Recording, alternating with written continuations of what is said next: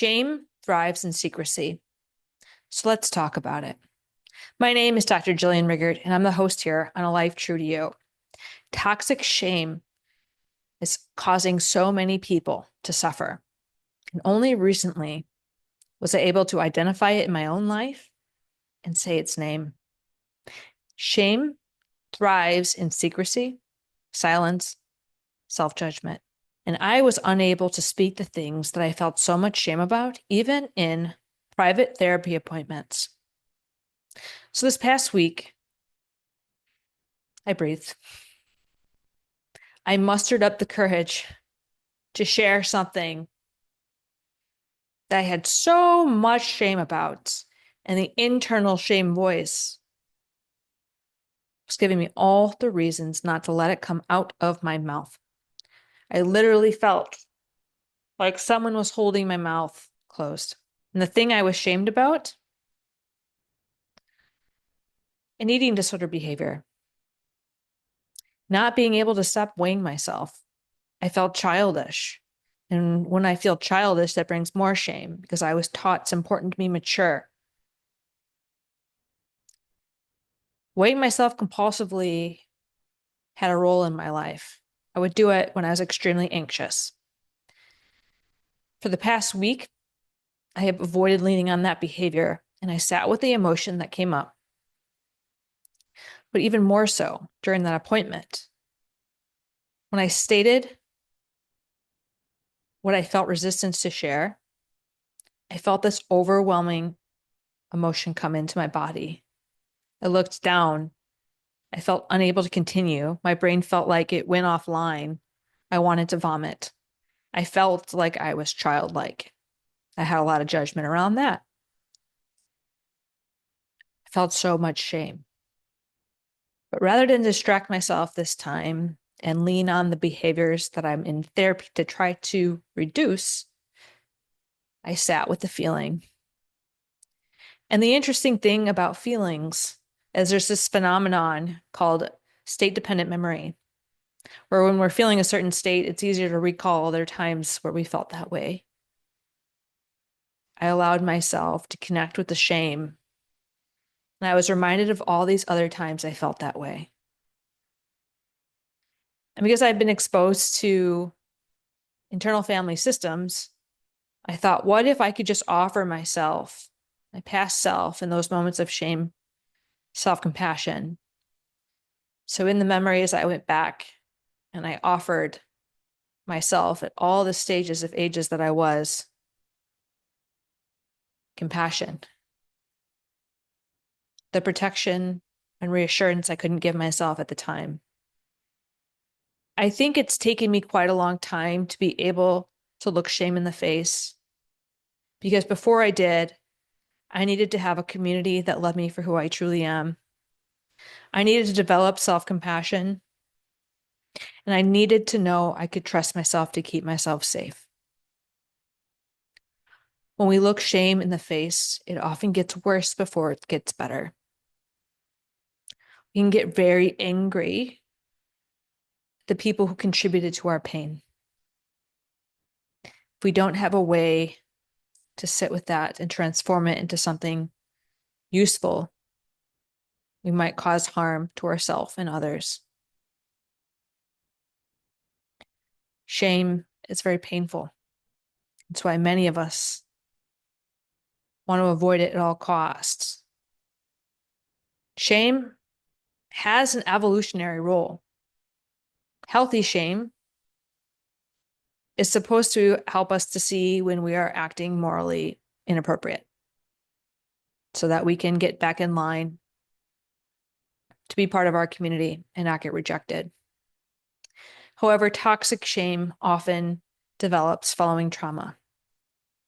Childhood trauma can happen when you're being abused physically, mentally, sexually, or being neglected physically, emotionally. In adolescence, if you're bullied or humiliated, anything that can make you feel like you aren't worthy of love and belonging. When we're young, if we're being abused and neglected, It's our survival response in order to internalize it and think it must be something wrong with us. Because if it's something wrong with us, we can change that. If it's something wrong with the people who are supposed to be taking care of us, it would be a threat to our survival to see the bad in them and to start to avoid them because we're dependent on them. So we internalize the shame. There are some cultures who are very shame and honor based. If you don't fall into line and meet these cultural expectations, then your belonging is threatened. As humans, we need our community to survive. So we internalize. We abandon parts of ourselves in order to be who we think we need to be, in order to fit in and be accepted. What this does for us is it makes us believe that who we are is fundamentally flawed, that we are unworthy, that we are not valuable or lovable as we are. And we get this perpetual never enough feeling.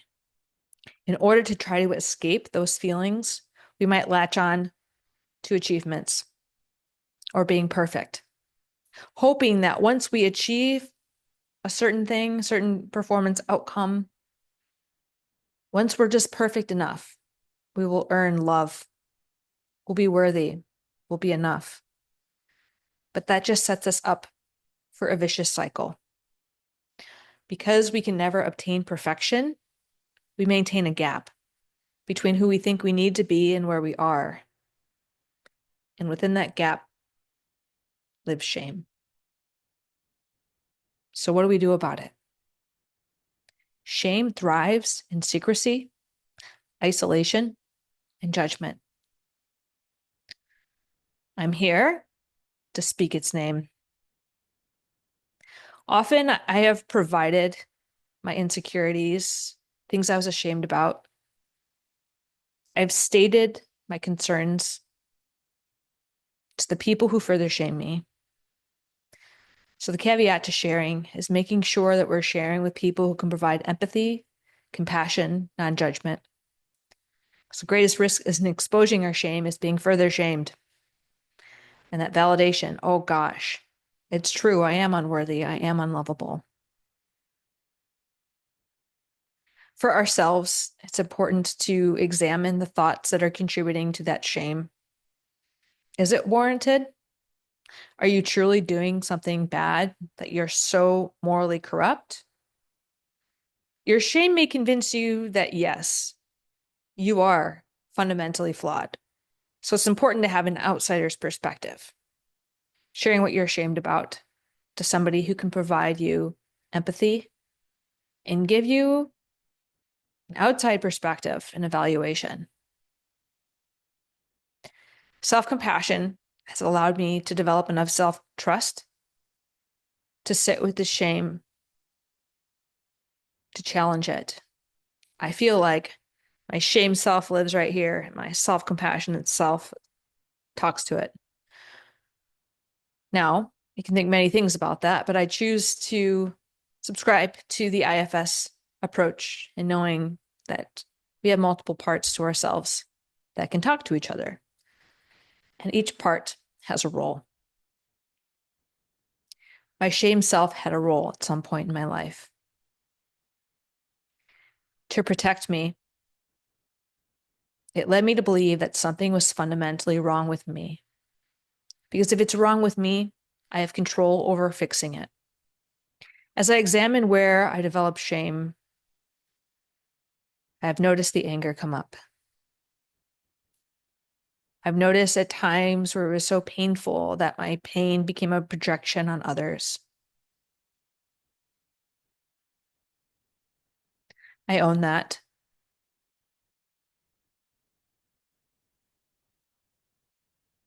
Also observing the anger being different. I thought I used to pride myself on being someone who never got angry. But I didn't get angry because I wasn't able to identify when I was being wronged. Instead, I took it upon myself to assume I was the problem. So I actually experience anger now in a different way. I'm grateful. I'm grateful that I can feel anger and ask myself, what do I want to do about this? How can I transform it into advocacy? And that's why I'm here today. Fierce self-compassion has allowed me to see that I never deserved to feel unworthy, unlovable,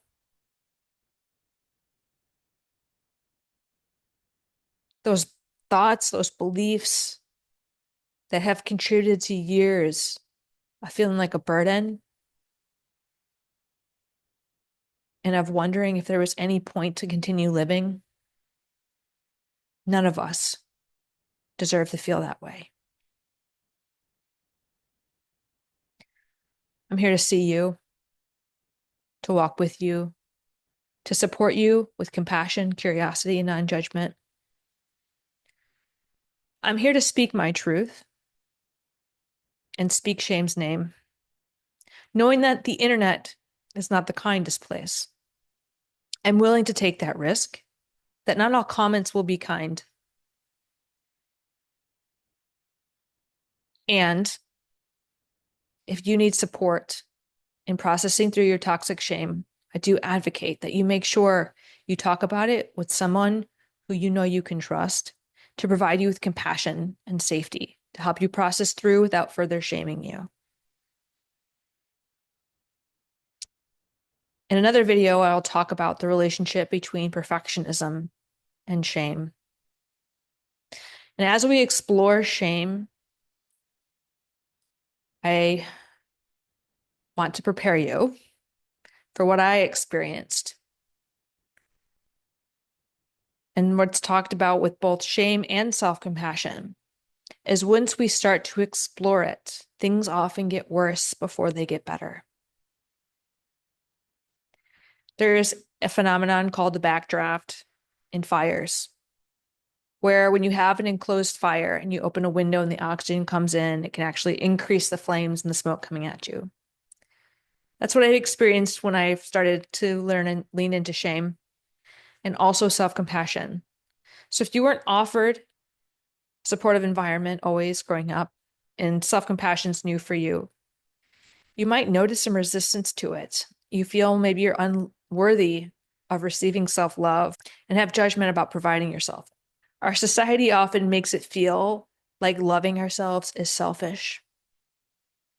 But in order to love others and sustainably give compassion to others, Brene Brown's research showed that at the core of mental toughness is self-compassion.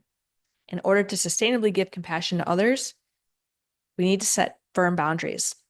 In order to set firm boundaries, we need to know that we are worthy of those boundaries. In order to know that we are worthy, we need to look toxic shame in the face that provides us this background noise that we are unworthy, unlovable, never enough. You are worthy. You are lovable. You matter. And I don't need your effing CV to know that. Thank you for being part of this journey together. If you find this content helpful, please make sure to subscribe and share with anyone else who may benefit. I invite you to share your questions, your reflections, and your insights down below. I'd love to hear from you. Your voice matters. Your opinion matters. You matter.